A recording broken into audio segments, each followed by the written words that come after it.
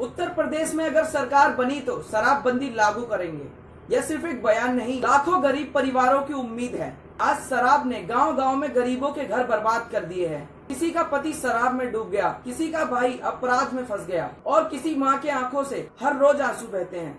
ऐसे समय में नगीना सांसद चंद्रशेखर आजाद का ये बड़ा ऐलान पूरे उत्तर प्रदेश में चर्चा का विषय बन गया है।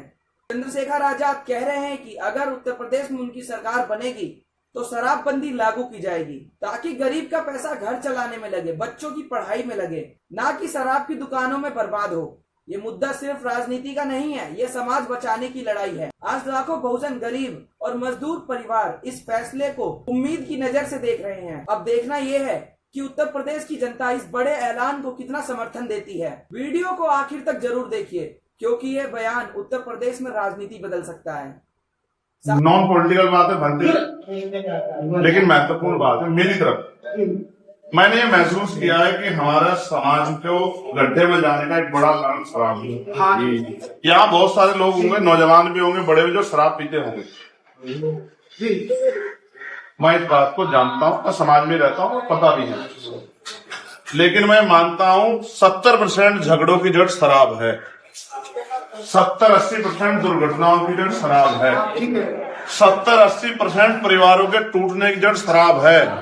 और हमारा इस बुरा, बेबसी, लाचारी और तमाम तरह की मुसीबतों में और सामाजिक अपमान में जीने का एक बहुत बड़ा फैक्टर शराब है।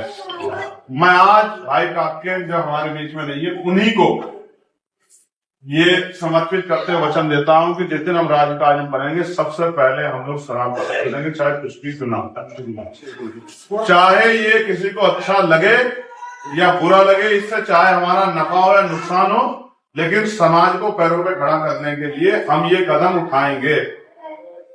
मैं फिर आपको दोहरा रहा हूं, अगर हमारा भी कोई साथी शराब पीता हो तो मैं उनसे भी आग्रह करूंगा, कल आप लत छोड़ नहीं पाओगे, जमीन में मुंह मारते फिरोगे। मैं आपको बता रहा हूँ कि आप अपनी लत को त्यागो। ये अच्छी चीज नहीं, अच्छी चीज होती तो सतगुरु रविदास जी महाराज, जगत गुरु सतगुरु समरदास जी महाराज, तथागत भगवान गौतम बुद्ध ये हमसे कह के जाते, किताबों में लिख के जाते कि खूब शराब पीना, खूब शराब पीना। जब हमारे महापुरुषों ने नहीं कहा, जब बाबा साहब ने नहीं कहा, काशीराम साहब ने नहीं कहा, तो हम अगर नालायक औलादे हैं तो हम इसका पालन करें। और अगर हम अपने महापुरुषों की, अपने गुरुओं संतों की असल औलाद हैं तो हमें इस बुराई को छोड़ना चाहिए। और अगर वो व्यक्ति जो कहता है कि मैं नहीं छोड़ सकता, जो कहता है कि भाई मुझे तो आदत होगी, तो मैं कहता हूं कि वो कमजोर आदमी है जो इस काम को नहीं छोड़ पा रहा। मजबूत आदमी हर चीज छोड़ सकता है, ठीक है। तो मैं भाई काके को आदरांजलि अर्पित करता हूं, उनके पिता को, उनके भाई को, उनके पूरे परिवार को। हम भी इसी परिवार का हिस्सा है। जो दुख हुआ है, दुख में हम लोग शामिल होकर उनको भरोसा दिलाते हैं, उनको उनके लिए महापुरुषों से सब्र की, उनको हिम्मत, ताकत मिले, संबल मिले, इसकी प्रार्थना करते हैं। और उनको विश्वास दिलाते हैं कि आज काका हमारे बीच नहीं है, लेकिन उसने मेहनत करके इतना कमाया है।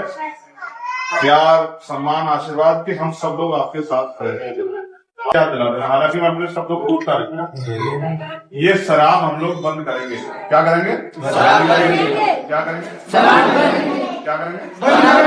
बंद करेंगे। इसका हम इस शराब बनाने वाली व्यवस्था का बेड़ा गर्क करेंगे।